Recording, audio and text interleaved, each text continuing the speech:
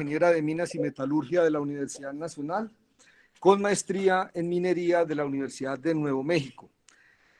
Trabajó su proyecto de grado para la maestría en el tema de la geomecánica subterránea y para minería de hundimiento por bloques. Se ha desempeñado como ingeniera inicialmente en Colombia en la empresa de consultoría geotécnica Iris SAS y actualmente se desempeña como ingeniera geomecánica en la mina subterránea Henderson de Freeport, en Colorado.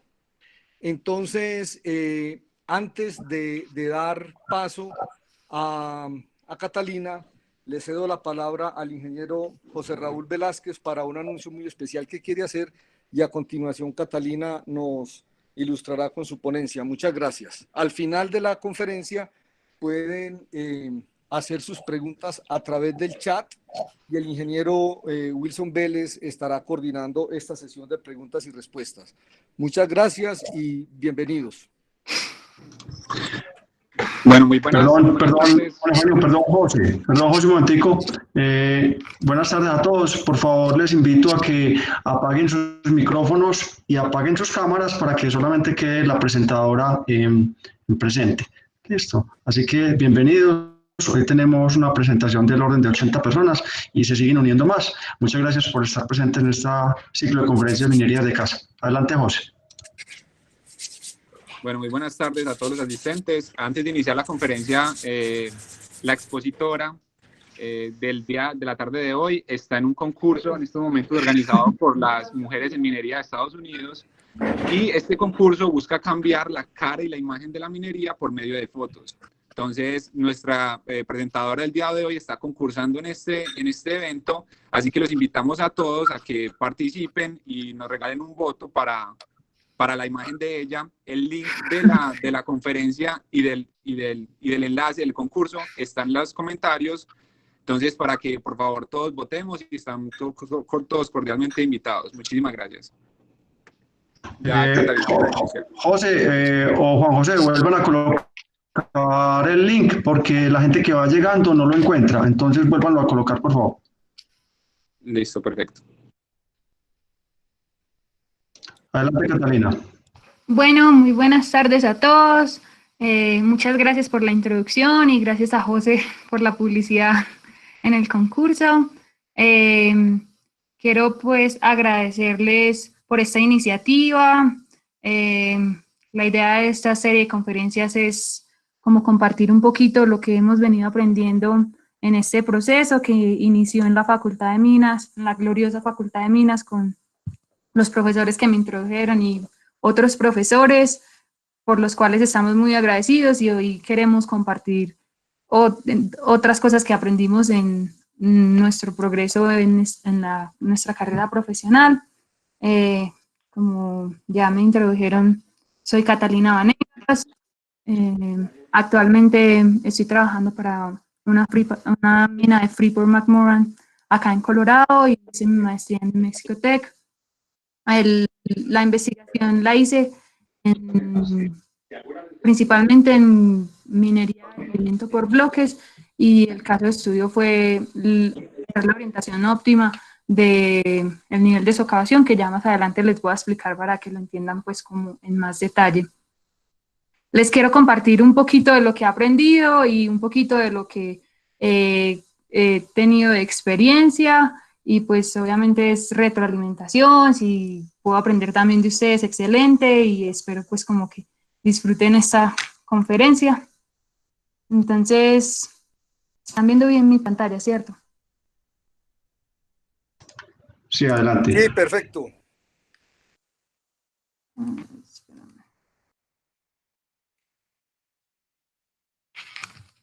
Listo, entonces la agenda de hoy va a incluir una introducción acerca de conceptos de minería, de hundimiento por bloques, como ya les dije, el caso de estudio en una mina subterránea de hundimiento por bloques, la metodología que desarrollé para hacer mi investigación, los resultados donde obtengo una orientación óptima, unas orientaciones óptimas, unas orientaciones críticas y unas orientaciones aceptables del nivel de hundimiento, y las conclusiones. Entonces, en esta introducción, quiero empezar como entendiendo que todos los métodos subterráneos tienen estas tres actividades generales, que son el desarrollo para tener acceso físico a la zona mineralizada, la extracción, donde se extrae el mineral de la roca que lo rodea, y el transporte de ese mineral a la planta procesadora y todo eso. Todas estas actividades requieren cierta infraestructura como accesos, excavaciones, galerías subterráneas, y dependiendo de cómo esté soportada esta infraestructura, dependiendo de cómo esté soportada esta infraestructura, voy a tener las consideraciones esenciales para seleccionar el método minero y para el diseño de la mina. Entonces, se tienen tres tipos de soporte principalmente. Los métodos subterráneos naturalmente soportados, que son los que están soportados por pilares; los artificialmente soportados, que son los que incluyen relleno; y los no soportados, que son los de hundimiento. Entonces, lo esencial acá en este diagrama es entender que los métodos de hundimiento por bloque buscan inducir la falla en el macizo rocoso, lo que va a generar grandes desplazamientos, mientras que los métodos naturalmente soportados tienden a trabajar, la roca tiende a trabajar elásticamente y se limitan los desplazamientos. Entonces, en los métodos no soportados tenemos el de minería de tajo largo, que es utilizado principalmente en carbón; el método de hundimiento por subnivel, el método de hundimiento por subniveles, donde se usa perforación y voladura para volar el mineral y se hunde luego el material estéril; y los métodos de hundimiento por bloques, donde se busca hundir tanto el estéril como el mineral, y bajo la influencia de la gravedad y esfuerzos inducidos, después de haber socavado la base pues, del yacimiento.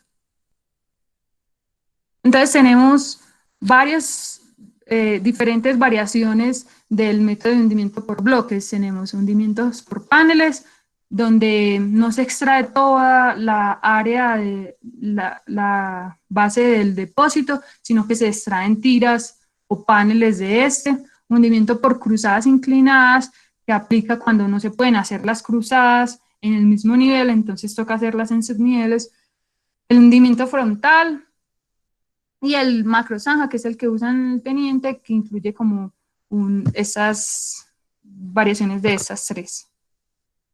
Entonces, un poquito de historia de la minería de hundimientos por bloques.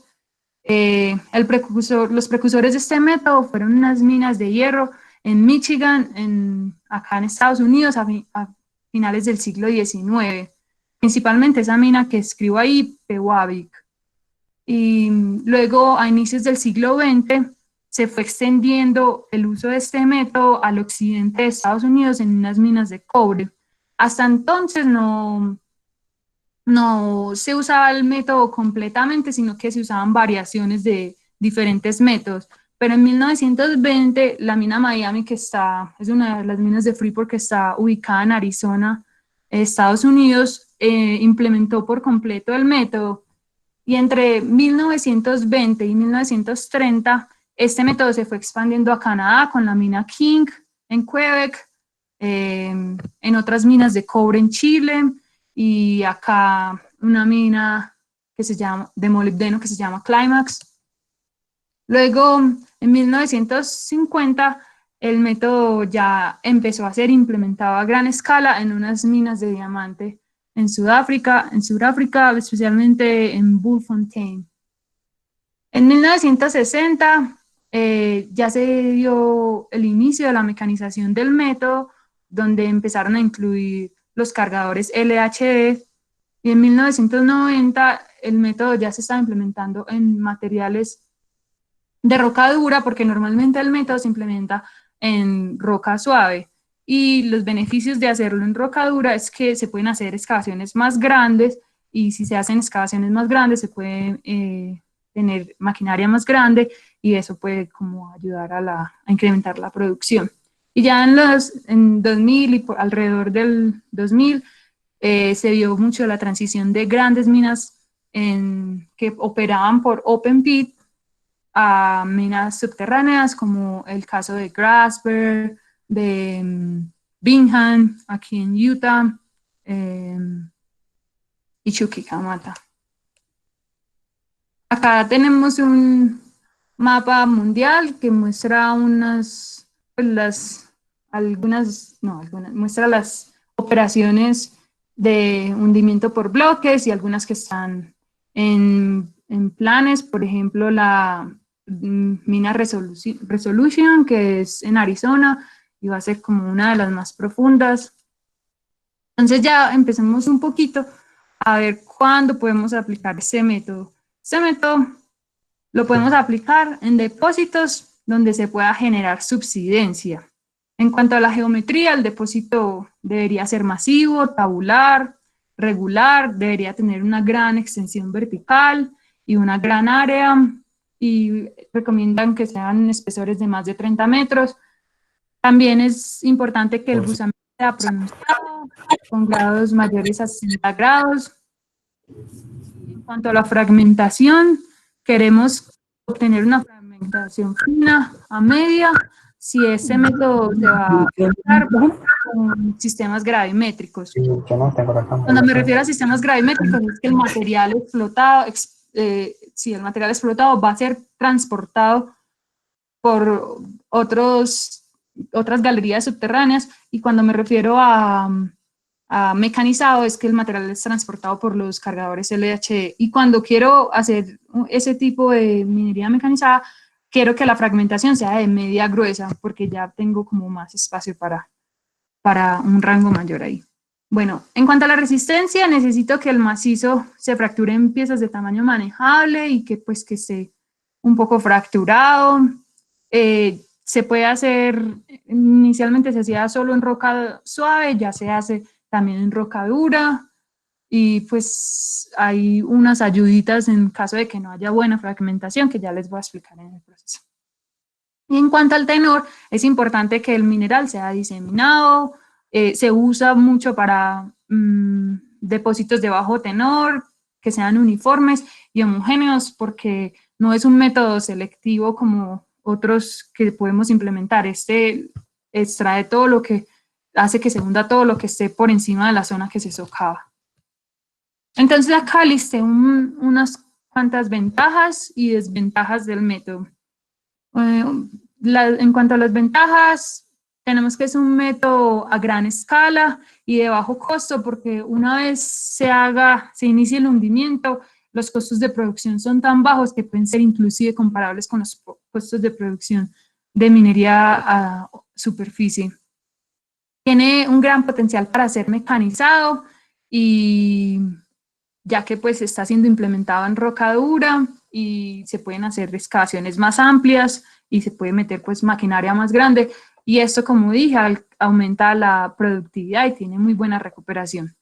Es adecuado para transformar minas a cielo abierto porque es un método masivo y requiere poca perforación y voladura, ya que lo único que se perfora y se vuela es la base del depósito, porque la idea es que el resto se hunda.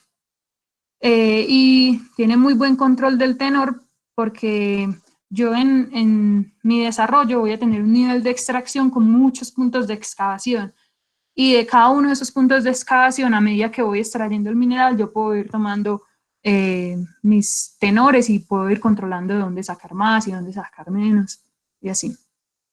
Algunas desventajas que tiene, pues creo que es una muy importante, es que tiene un capital intensivo muy alto, ya que requiere una inversión considerable en el desarrollo, y este desarrollo y toda esa infraestructura que se tiene que hacer en la mina solo se tiene que hacer sin ni siquiera empezar a producir, lo que pues no es muy fácil económicamente y necesita pues como buen capital.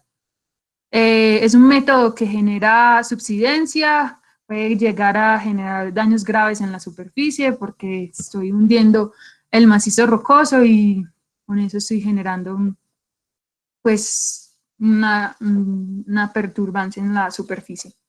Es un método rígido y poco flexible, una vez se decía que se va a hacer hundimiento por bloques y se desarrolle, no hay como mucha flexibilidad de cambiar las condiciones en el progreso de la mina porque ya se hizo la inversión y ya se desarrolló todo esto. Entonces, una vez se decide hacer ese método, pues es riesgoso, pero toca seguir con él. Bueno, entonces voy a hacer una pequeña descripción del método, y es que tengo el depósito, que ya les expliqué cómo debería ser el depósito, y lo que hago es que voy a socavar completamente la base del depósito para iniciar el hundimiento. Entonces, esta zona socavada la voy a perforar y a volar. Esta es la única parte donde yo hago perforación y voladura, y esa perforación y voladura se hace progresivamente, y cuando yo extraigo ese material volado, genero un vacío en la base del yacimiento, y eso es lo que inicia el hundimiento del material que está suprayacente. Entonces, pues ya la idea es que cuando yo empiezo a primero remover ese material que está fracturado, se van a hacer una redistribución de esfuerzos alrededor que va a generar que el macizo rocoso siga fracturándose como cíclicamente, y esa es como la fábrica de rocas que queremos tener en este método minero. Entonces, ya pues una vez se inicia la caverna, esta se debe propagar hacia arriba hasta que se hunda todo, inclusive hasta que llegue a generar subsidencia. Todo este material se extrae en un nivel de extracción que se desarrolla por debajo del nivel de socavación, y estos dos niveles están conectados por unos conos de extracción o campanas de extracción o tolvas que llegan a las cruzadas, y ya más adelante les voy a mostrar más de eso. Entonces, ya conociendo pues como la descripción del método y el depósito, quiero saber qué necesito para construir una mina de hundimientos por bloques, y este es el desarrollo que debo y toda la infraestructura que debo tener para hacer la mina. Entonces necesito el nivel de socavación, que es donde se empieza el hundimiento de la caverna por medio de perforación y voladura, los conos de extracción. Acá pueden ver mi cursor. Ay, no. Sí. Entonces necesito que es el nivel de extracción, el nivel de socavación, donde se genera el hundimiento, el nivel de extracción. Estos serían los conos de extracción que conectan el nivel de socavación con el nivel de extracción, y dependiendo de cómo voy a transportar el material fracturado, tengo dos tipos: uno hacerlo por gravedad o otro hacerlo mecanizado. Por gravedad utilizo estos pozos acá que transportan el material, y luego llega a un nivel de reducción, que ahí se hace como pues retiene todos los bloques que sean más grandes de lo que debería pasar, y se hace a veces una voladura secundaria, o se martilla para fracturar el mineral más y luego ya mandarlo al nivel de transporte. Este es el gravitacional. Pero también tenemos el mecanizado, que ya en el mecanizado, desde estos conos de extracción están conectados las cruzadas, y ahí entran los LHD, los cargadores LHD, que recogen el mineral y lo llevan a los pozos de transporte, y ya de allá a veces hay una trituración subterránea, o a veces simplemente se manda todo el material a la mina, a la planta de procesamiento por medio de bandas transportadoras o trenes. Entonces, esta es la secuencia de la construcción de esas cosas, esas infraestructuras que tengo que desarrollar. Primero empiezo con las vías de acceso, las rampas, los pozos, todo lo que se necesite para tener el acceso físico al yacimiento, y luego desarrollo lo que requiero para preparar la caverna, que son esos niveles de extracción, esos niveles de socavación, y ya luego empiezo con la socavación, que es la socavación y los conos de extracción, los que conectan el nivel de socavación con el de extracción. Y depende de qué tipo, de qué variación de socavación tengamos, se hace uno primero o el otro. Entonces, o se hacen los dos al mismo tiempo. Eso se los voy a explicar ahorita en el diseño del nivel de socavación. Y la producción, que ya es la extracción del mineral fracturado. Entonces, para el nivel de socavación, puedo tener una post-socavación. El post y el pre me indican en qué tiempo, antes o después de hacer el nivel de extracción. Este es el nivel de extracción acá, de donde se saca el mineral. Entonces, si construyo todo el nivel de extracción y construyo los conos de extracción y luego empiezo a hacer la socavación, esto sería una post-socavación. Pero en este caso, yo no tengo acá construido el nivel de extracción completamente. Miren que acá sí tengo ya las cruzadas y las galerías, pero acá no las tengo todavía. Entonces, este sería el pre-socavación, que se socava y al mismo tiempo, pues y luego ya se va desarrollando el nivel de extracción. Y en este, los dos se van haciendo como al mismo tiempo, se llama socavación avanzada y voy haciendo el nivel de socavación y el nivel de extracción al mismo tiempo. Y ahora para el nivel de extracción, que es donde están los cargadores recogiendo el mineral, tengo varias maneras de diseñarlo. Una, que es el diseño del teniente, que es como tengo las galerías y de ahí salen con ese ángulo las cruzadas que llegan a los conos de extracción. O en este caso, tengo las galerías, que serían estas, las que van hacia así. Y acá las galerías serían estas. Y las cruzadas van en forma de espiga, como una espiga de trigo. Ya para los conos de extracción, la manera en cómo se hacen es que se usa a veces rice boring y se genera como la cara libre en el centro y luego con tiros de abanico se puede volar el resto como para formar esa campana invertida, o hay otras maneras de hacerlo como por bloquecitos, como volar primero la parte de abajo y luego así, que se hace desde el nivel de socavación. Y las cruzadas, que son las que llegan, estas cruzadas son estas mismas de acá, que llegan al cono de extracción, y el cono de extracción sería acá en el centro. Estas cruzadas se diseñan acorde al nivel de fragmentación que se tenga, a la maquinaria que voy a utilizar en la mina, y en general pues como la escala a la que se esté trabajando en la mina. Luego ya de tener como diseñado la infraestructura más o menos, debemos saber qué capacidad tiene ese macizo rocoso para hundirse.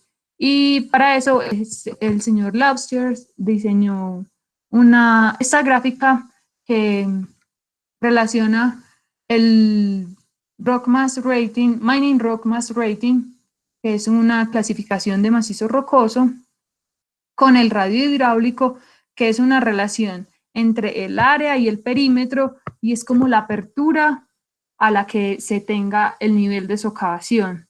Yo socavo y cuando voy extrayendo ese mineral que ya está fracturado, se me va quedando un vacío, pues un área socavada, y el área de eso, sobre el perímetro de eso, va a ser mi radio hidráulico. Entonces, cuando yo abro tanto esa excavación con respecto a la clasificación del macizo rocoso, que es el Rock Mass Rating, esa relación me va a decir, listo, ya el macizo rocoso está listo para hundirse. Entonces acá muestra uno como dónde está estable, dónde va a estar el macizo rocoso listo para hundirse, porque ya está tan abierto que la estabilidad es cero y no aguanta más y se hunde, y donde es una parte transicional para como que está a punto, en equilibrio inestable.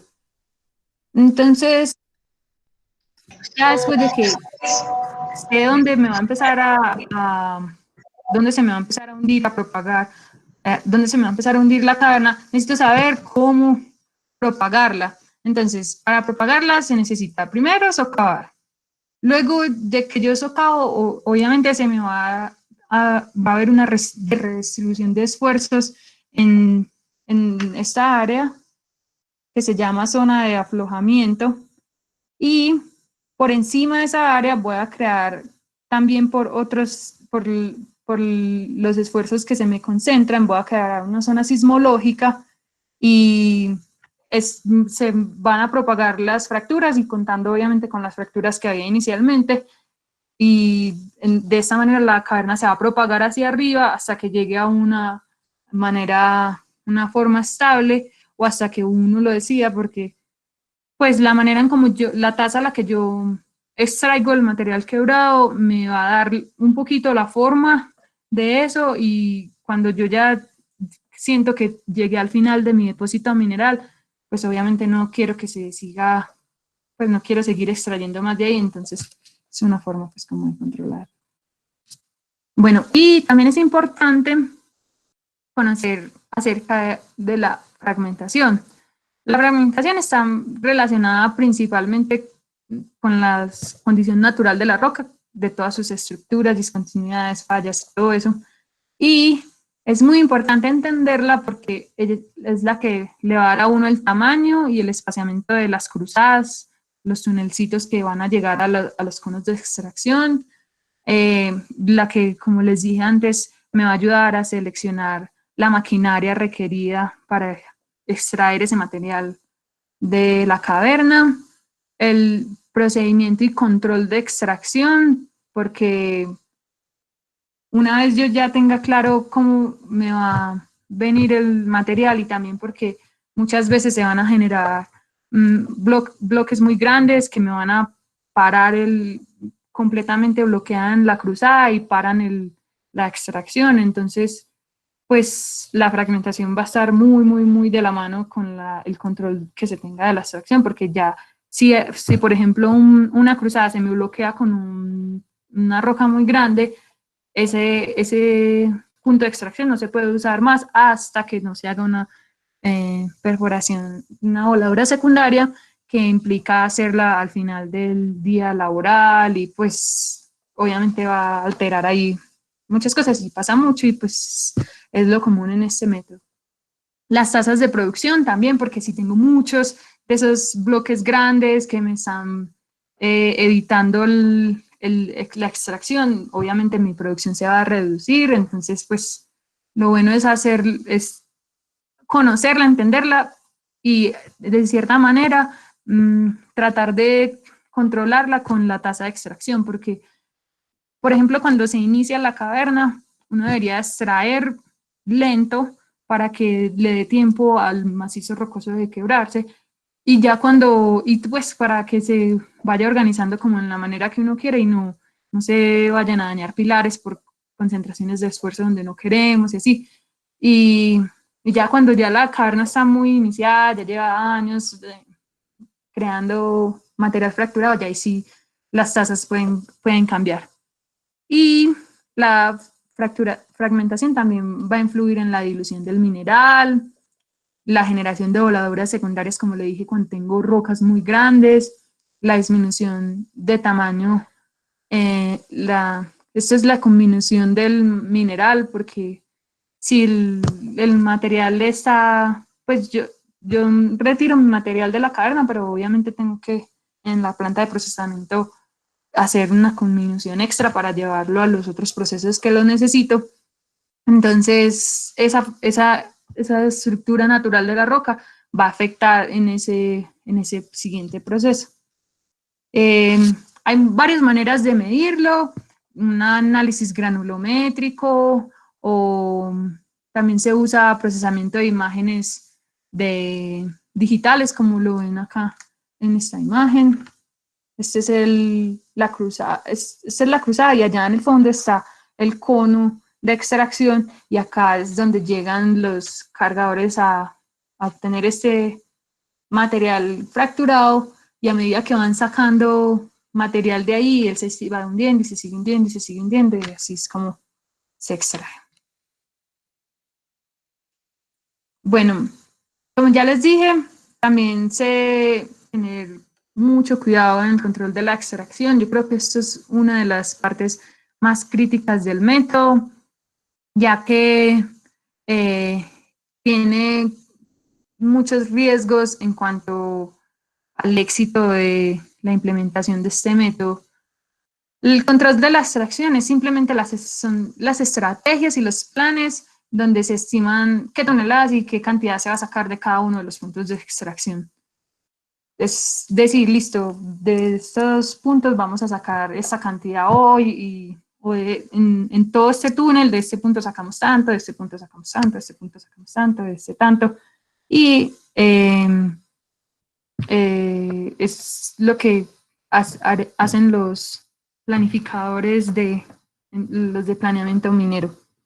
Entonces, como les mencioné, esto tiene algunos riesgos y están más que todos relacionados con que se pierda alguna parte del recurso porque se extrajo de una manera inadecuada y ya toca cerrar ese punto de extracción porque los esfuerzos ahí están muy peligrosos para enviar equipos o para mandar personal. Entonces, pues sería perder parte del recurso, es algo malo y lidiar con la recuperación de pilares es también pues es un reto bastante grande. También este control de la extracción va a afectar la dilución porque, como ya les dije, en cada punto de extracción yo conozco los tenores y pues si hago una extracción descontrolada que saco mucho de una parte que es muy pobre y dejo una parte muy rica así, pues puedo arruinar el siguiente proceso en la planta procesadora y puedo pues como descontrolar todo. Entonces es de importancia por este sentido también. Grandes caídas de roca y explosiones de aire asociadas. Listo. También es importante aquí, como ven en esta foto, es que yo tengo que controlar mucho la tasa en la que estoy extrayendo el mineral con respecto a la tasa con la que el macizo rocoso se está explotando. ¿Por qué? Porque este es el material que está fracturado y este es el que está por hundirse. Pero entre ellos dos se genera una brecha de aire que si es muy grande puede generar una voladura de aire, un aire presurizado que llega a la mina y puede inclusive mover equipos, mover personas. Son cosas que obviamente uno no va a querer en la mina porque es muy peligroso y pues si se puede evitar con un buen control de extracción, obviamente queremos eso. Y también la tasa de extracción puede influir en el hundimiento irregular de la superficie y pues porque si yo estoy extrayendo de una manera controlada, todo arriba se va a comportar como lo estoy buscando yo y no como la roca lo quiere hacer por su propia cuenta. Y también la manera en cómo extraigo el mineral va a darle la forma a la caverna. Y cuando yo tengo la caverna, también tengo alrededor de ella esfuerzos que se conocen como esfuerzos de contorno, y esos esfuerzos de contorno son los que más dañan las galerías subterráneas, los niveles que queremos preservar por la vida, al menos de los puntos de extracción. Entonces hay que tener mucho cuidado con eso. Y las decisiones en cómo se establece esta tasa de extracción tienen en cuenta el tenor, como les dije, sabiendo acá esto es muy rico, acá está más pobre, entonces vamos a jugar con esto. La forma de la superficie de la caverna, que sería esta superficie. La forma en cómo quiero esto va a depender de la manera en cómo yo la extraiga, porque si extraigo de acá, ya se va a fracturar y se va a hundir y se va a hundir. Entonces, si solo extraigo de este lado, me va a quedar como una cosa así. Entonces, pues obviamente vamos a querer mantener esto como lo más uniforme posible. Bueno, en cuanto al monitoreo geomecánico, tenemos que es básicamente la vigilancia de las estructuras de ingeniería que tenemos en subterráneo, ya sea visualmente o con las ayudas de instrumentos como extensómetros, cables para medir distancias, un montón de herramientas que se tienen en el monitoreo.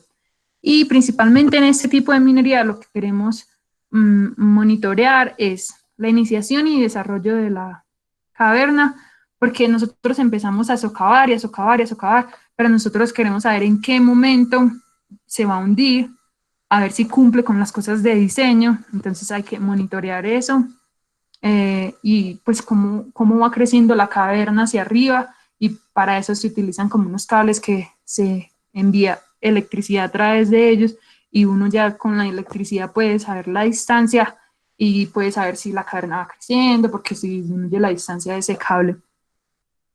Y quiero también monitorear la estabilidad del nivel de extracción y pues otras infraestructuras en la mina, porque como les dije, la caverna me va a generar un contorno de esfuerzos que es una concentración de esfuerzos muy grandes. Entonces, a medida que yo voy aumentando la caverna por la socavación, a medida que yo voy aumentando eso, yo quiero alrededor de donde yo esté socavando, revisar en mi nivel de extracción que queda más abajo del nivel de socavación, revisar la estabilidad de esas partes, porque esas partes se van a ver bastante afectadas, van a tener más convergencia que otras partes de la mina. Entonces son cosas que se deben monitorear porque son las cosas que van a tener daño, y si vamos a tener daño, podemos tener personal allá y pues obviamente siempre queremos la seguridad, entonces es importante. Y también otra cosa que monitoreamos es la subsidencia, que eso obviamente es un factor importante. Y la manera en cómo se monitorea es, como ya les dije más o menos, midiendo convergencias, cuánto se está cerrando las galerías subterráneas, midiendo esfuerzos, midiendo deformaciones tanto en el macizo rocoso abajo donde tengo toda la mina, y también deformaciones en la superficie. Quiero ver cambios e inclinaciones de perforaciones, emisiones sísmicas y microsísmicas. En estas minas, cuando es en roca dura y porque se hace toda la infraestructura muy a una muy profundas, cierta profundidad, se generan mucho los estallidos de roca, y esto es uno de los principales riesgos operacionales que tiene este método minero. Entonces, esos estallidos de roca se dan por una entrega súbita de energía, que son sismos o vibraciones por voladura, y como estoy en un material duro y muy frágil, entonces él recibe cualquier de esas entregas súbitas de energía y estalla, y literal se escucha el estallido así como un trueno. Y también hacemos escaneo de lo que más se pueda de la infraestructura subterránea para saber cómo está, contrarrestar cómo está el diseño con respecto a la realidad y ver dónde se está sobreexcavando, y pues tiene muchas aplicaciones el escaneo. Bueno, ahora en cuanto al método, también les comenté que es pues algo muy importante, es que se va a generar subsidencia, y pues la subsidencia es una disminución de la superficie debido a la extracción y ese hundimiento de material cuando estoy recuperando todo el recurso mineral, y es como el resultado de una falla vertical, como de cizalla o casi vertical, entre los límites del depósito y el material estéril. Entonces, la subsidencia está asociada a varias cosas: la inclinación del depósito, la forma en planta del depósito, porque uno espera que pues esté relacionada con ese hundimiento arriba, la profundidad de la zona de extracción, por ejemplo, si la profundidad define también como ese ángulo, entonces entre más profunda puede que sea un poco menor, y los estados de esfuerzo, resistencia y estructuras del macizo rocoso. Y hay maneras que se pueden mitigar, como es control, como ya les había mencionado, en el control de la extracción, no sacar mucho de un lado, que quede como desuniforme allá arriba, sino como tratar de hacerlo un poco pues controlado. Y también hay otras medidas como la profundidad, ya que a más profundo se puede mitigar más esa zona de influencia, pero no se va a eliminar, se puede mitigar. Y la implementación de hidrofracturamiento, porque una vez yo le diga al macizo rocoso por dónde quiero que se fracture, él lo va a hacer por ese camino en vez de hundirse y fracturarse por donde la roca lo decida. Entonces se hace un poquito más controlado, pero no va a eliminar la subsidencia. Oh, no. Ahí, la subsidencia es algo que es inherente a este método minero y sí o sí va a suceder, y lo que se puede hacer es mitigarlo y como reducir un poquito esa área de influencia. Bueno, entonces aquí incluí cuáles son los riesgos operacionales de este método. Tenemos lo que ya les mencioné, explosiones de roca, que sucede por entregas súbitas de energía y por estar en una roca dura y por ser un poquito, pues como frágil en ese sentido. El bloqueo de las cruzadas, o lo que se conoce como hang-ups, que es cuando tengo un sobretamaño y me bloquea la cruzada y no puedo sacar material de ahí. Es un riesgo bastante grande porque toca hacer una perforación secundaria, y esa perforación secundaria implica que un operario se acerque a esa zona peligrosa y pues ponga los explosivos, aunque se hacen muchos protocolos porque obviamente pues es algo riesgoso, se hacen muchos protocolos de seguridad. Igual puede que en el momento que se vaya a hacer la perforación, la voladura secundaria, súbitamente se desbloquee la cruzada y se venga todo el material encima de las personas que estaban operando y tratando de hacer esa voladura secundaria. Entonces es uno de los riesgos. Otro riesgo que leí fue que hay posibilidades de combustión cuando se tiene más de 45% de sulfuros y la extracción es un poquito lenta. Hay colapsos mayores, de la nada puede suceder que todo, pues que una zona muy grande colapse, inestabilidad por el esfuerzo del contorno. Esta es parte de mi investigación, y esta es la caverna, y acá se puede ver cómo se concentran los esfuerzos, y esto es lo que se conoce como el abutment pressure o el esfuerzo de contorno.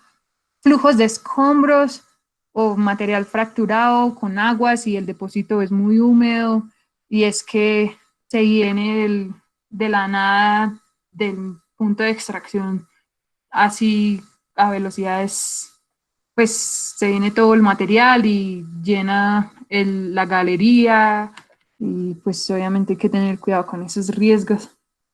Y voladuras de aire, que como les expliqué, son cuando mi tasa de extracción es muy diferente a mi tasa de hundimiento, y acá se me crea una brecha muy grande de aire que cuando esto finalmente decide hundirse, viene y empuja todo ese aire, y ese aire es un riesgo pues como significativo para la operación y todos los equipos, las personas, todo lo que se puede haber afectado. Y ya estos son algunos riesgos más en general para el método, pues riesgos que se pueden tener, y es, por ejemplo, en la información geológica es súper importante porque esa es la que define la estructura, la forma, el tamaño y el tenor del depósito. Entonces, si hay errores ahí, pues es un impacto muy fuerte para la implementación del método. La información geotécnica, porque prácticamente con eso se define la capacidad de hundimiento. Si geotecnia dice que se va a hundir y finalmente no se hunde, es un problema muy grande. Y también se define cómo se va a propagar la caverna. Si hay errores ahí, el macizo no tiene suficiente, pues como capacidad de hundimiento, ya toca hacer otros plan B, que por ejemplo puede ser hidrofracturamiento, que de hecho se usa en varias minas de este método.